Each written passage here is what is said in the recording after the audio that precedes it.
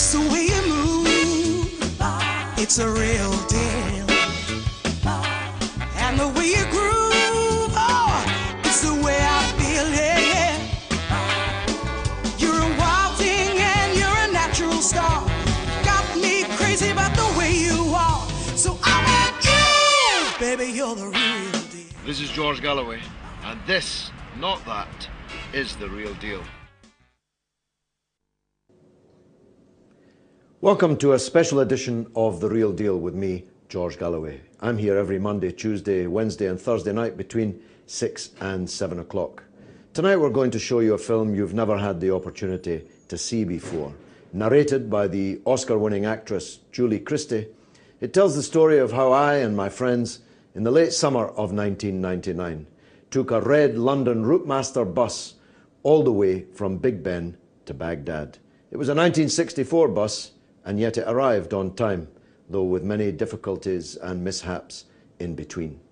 The purpose of the trip was to draw attention to the widespread suffering of the Iraqi civilian population under United Nations sanctions, rigorously policed by the British and American governments. These sanctions took the lives of more than 1 million Iraqis, most of them children, most of them too young even to know that they were Iraqis, but who died for no other reason than that they had the misfortune to be born Iraqi children in those dark and dreadful days.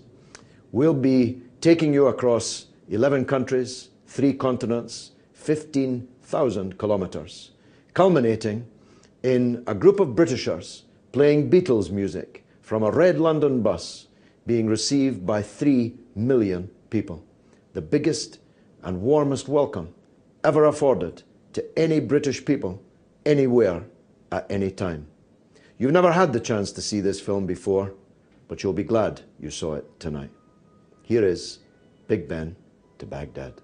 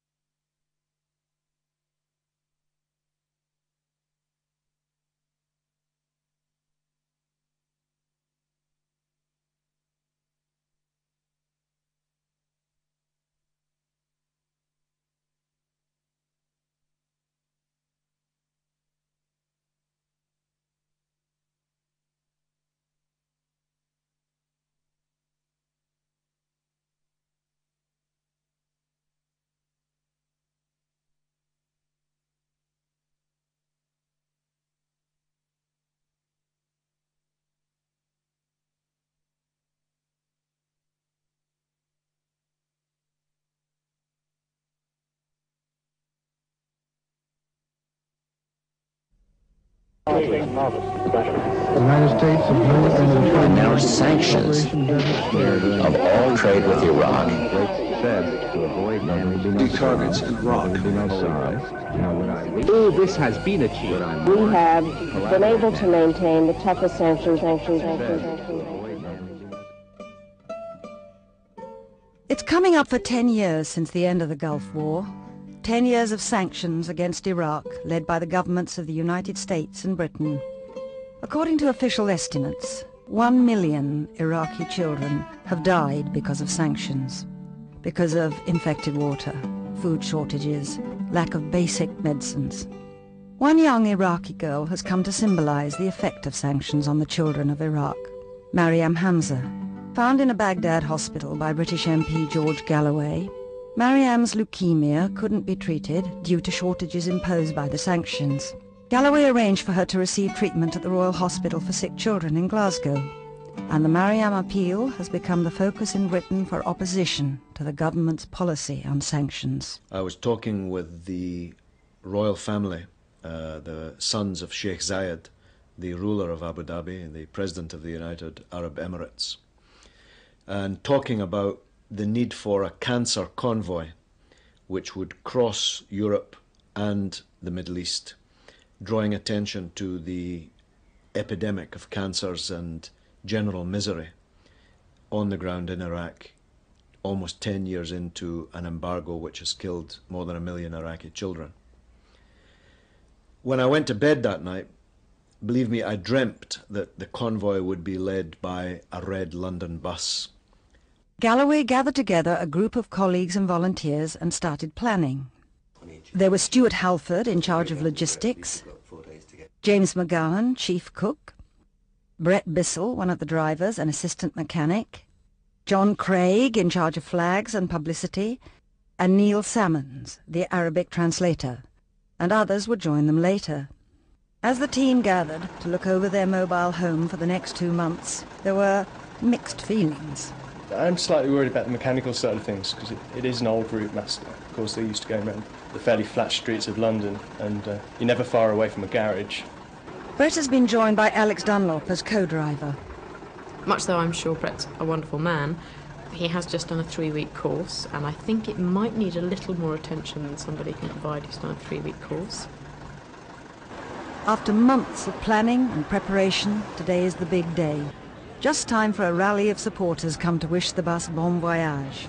Iraqi men and women are exactly like you and me, with the same needs, with the same dreams, and with the same children. And when we cut their children, they bleed just like our children bleed. And they've been bleeding long enough. 10 years is long enough. We love the people of Iraq. No more war, no more sanctions. Let the Iraqi people live. All aboard for Baghdad! Bye! All aboard for Baghdad! Now the question is, how do you get from London to Baghdad? It's a daunting prospect. The route winds down through France and Spain, across to Morocco, and then the length of North Africa, through Egypt, across into Jordan, and then over the Iraqi border and on to Baghdad. But even on the short journey to Dover, it is clear that all is not well with the aging bus. First and second gear have gone, and the gears. There's no first and second gear, so we're working in third gear at the moment. But there's no going back now. It's goodbye to England, and off across the Channel to France. Flags flying, the bus sets off for Paris, where it is due to be the star attraction at the Fête d'Humanité. But a flat battery leaves the bus stranded for several hours, and as it limps on in darkness, the team are getting tired and hungry.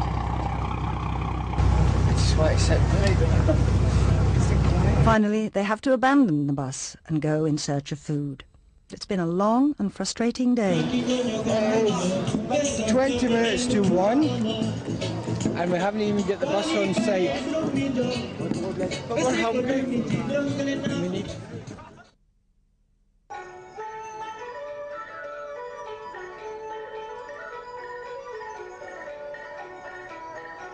By the next morning, the bus has finally joined the festival. But it's time for some serious talking. The Arab world and the Arab media has already gone absolutely wild about this project. It is daily on every Arab television station. So this particular bus, this specific bus, is the one that we're stuck with. We can't trade it in, we can't buy another one, we can't do anything. Even if we had millions, we couldn't. It has to be this one. But I myself have no confidence that this bus can reach Baghdad on our current route. I think a bus which has broken down as many times as this one between London and Paris. Despite the ominous problems with the bus, there's a festival going on and a message to get across.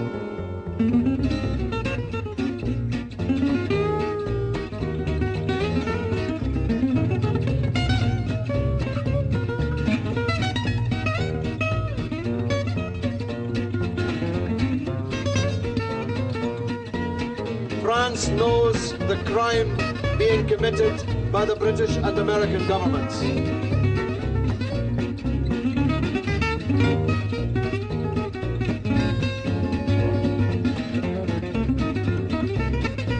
It is a crime to punish innocent people because of a political dispute with the government of that country.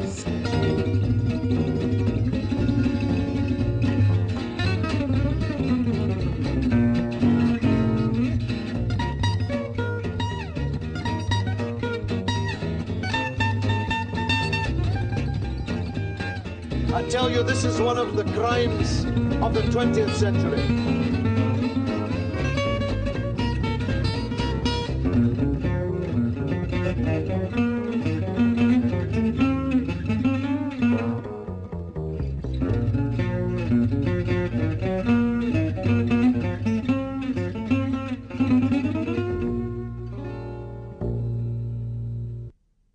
I tell you, this is transformed, isn't it? This is absolutely brilliant in here.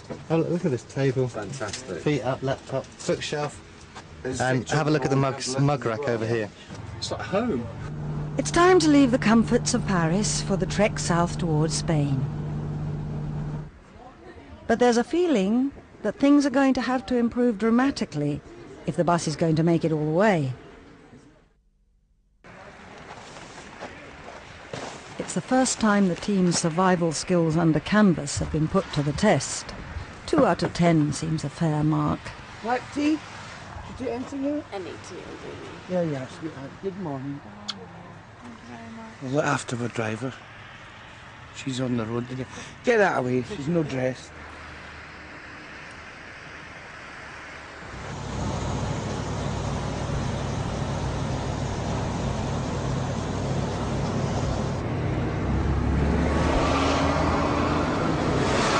We're in Spain. We're in Spain without a problem. Well done. Everyone's becoming aware of the size of the challenge, especially for the old bus. And sure enough, on the first of the big Spanish mountains,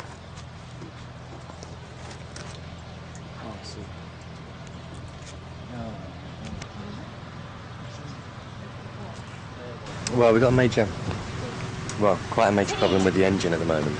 The fact that water's leaking out all through the water pump. We're not going to get to anywhere where we can fix it for a couple of days, I don't think. and while Peter the engineer tries to trace the source of the problem, John Craig has discovered his version of the global village. I don't believe it.